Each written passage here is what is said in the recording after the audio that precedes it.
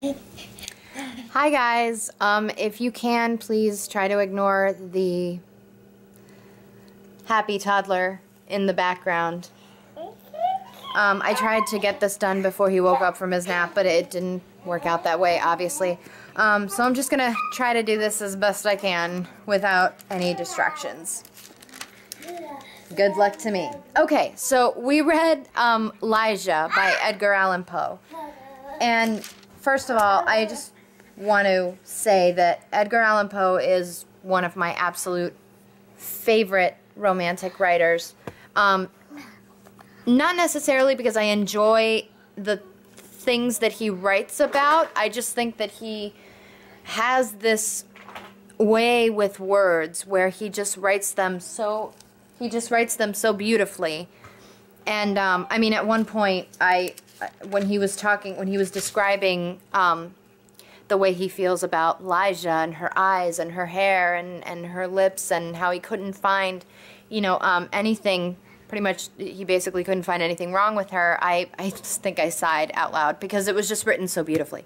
But really what I want to kind of posit is this.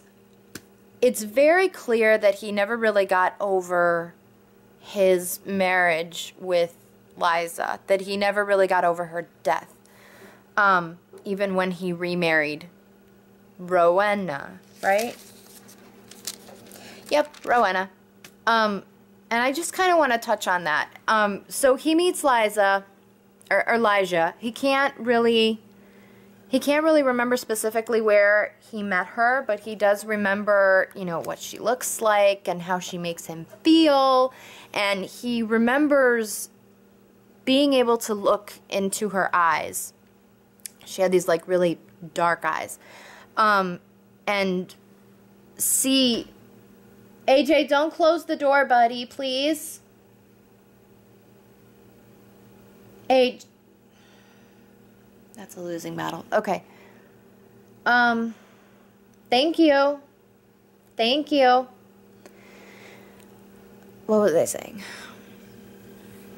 Oh, right. That there's something in her eyes that is familiar to him, but he can't quite put his finger on it. It's a mystery that he's never really quite reached. He gets close, I think, he says. I've actually never read this particular story by Edgar Allan Poe. I've read a couple of his other stories, but I've never read this particular one. So a lot of this is just me thinking, which, let's be honest, that can be a scary thing sometimes.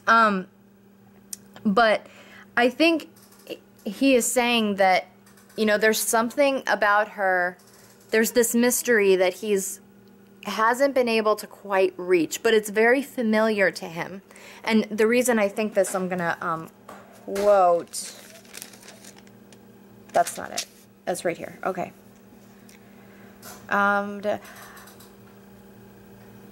I mean to say that subsequently to the period when Elijah's beauty passed into my spirit, there dwelling as in a shrine, I derived from many existences in the material world a sentiment such as I felt always aroused within me by her large and luminous orbs.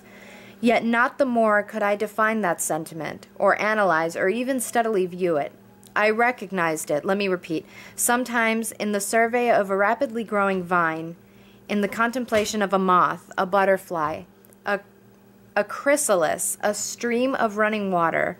I have felt it in the ocean, in the falling of a meteor. I have felt it in the glances of unusually aged people.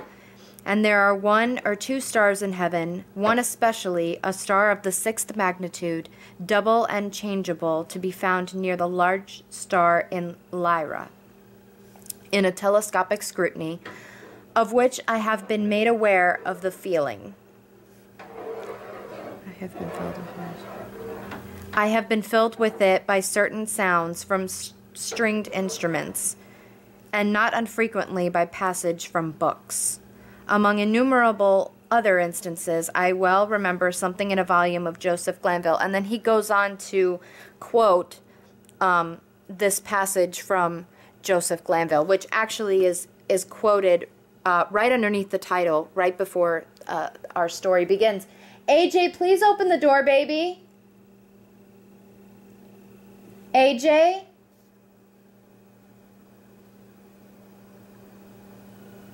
All right, well, I mean, I guess if he screams, then something's wrong. He'll be fine. He's in his room. Okay,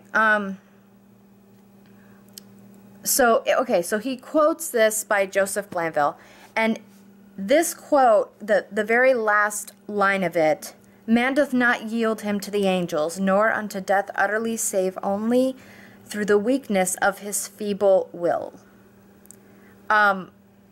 That's the last thing that Elijah, and I think that's how you pronounce her name, Elijah says before she finally passes. And I think that that's very relevant because it's talking about, you know, a man's will, and by I mean the general use of man, just the human will. I'm gonna go check on him, so I'm just gonna take you with me. I just mean the general person's will, the general person's will to survive. Please keep this open, okay?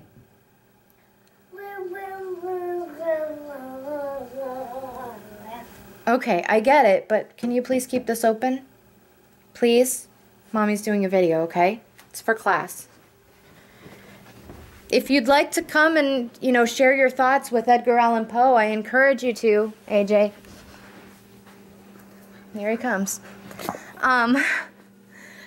Yeah, so I think that's what the quote is saying, that God is really just a magnificent will. And in this case, her will to not die. No. Don't do that. Don't do that. Okay, so she dies. He marries Rowena. And, I mean, it's kind of clear that he doesn't really like her very much. He doesn't even really care that he's getting married. He's kind of, I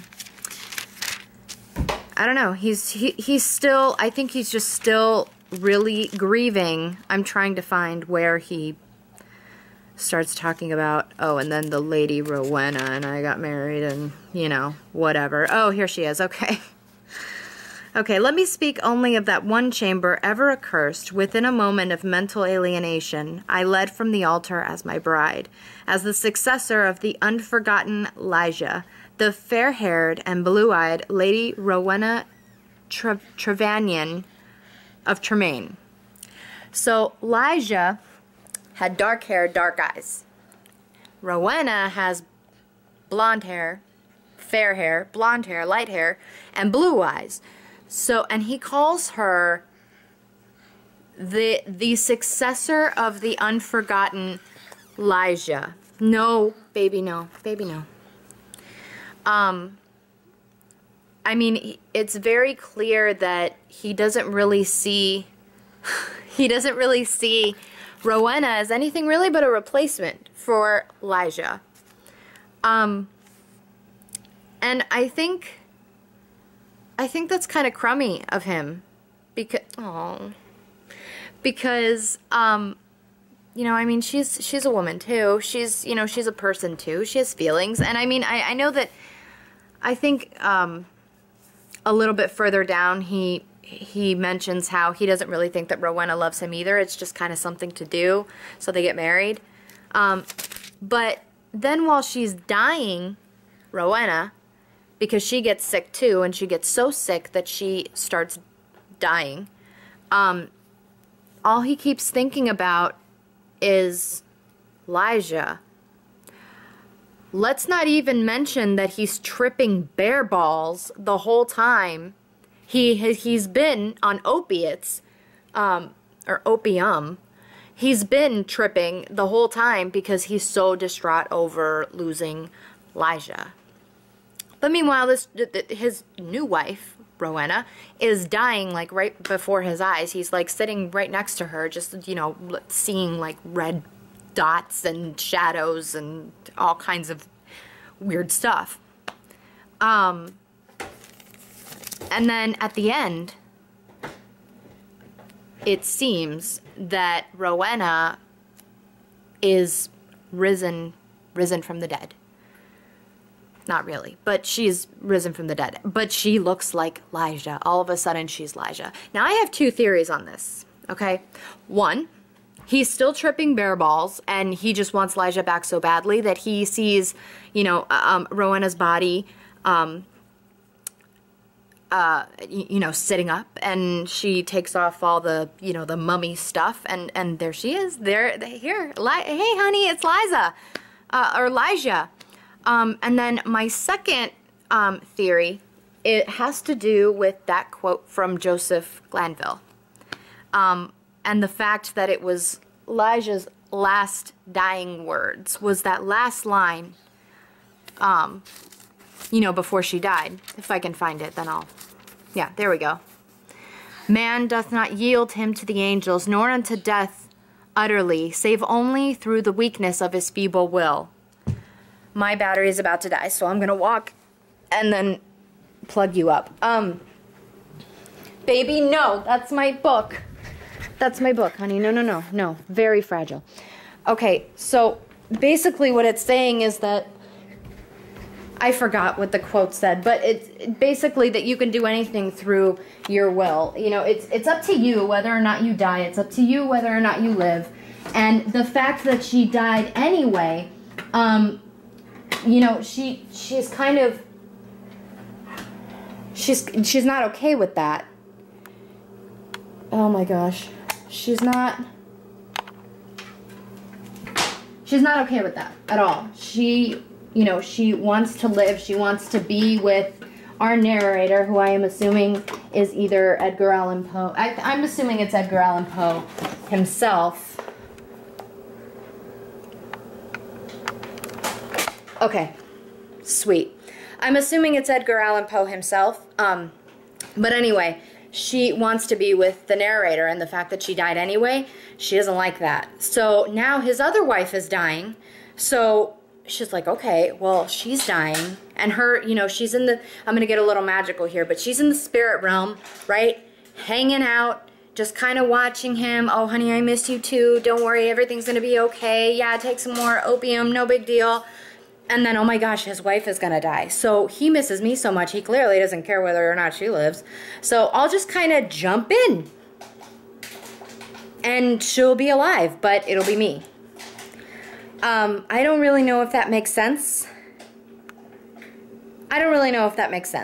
But that's what I think about the whole scenario. That's kind of the question that I had is, was it really Elijah, or was he just tripping bear balls?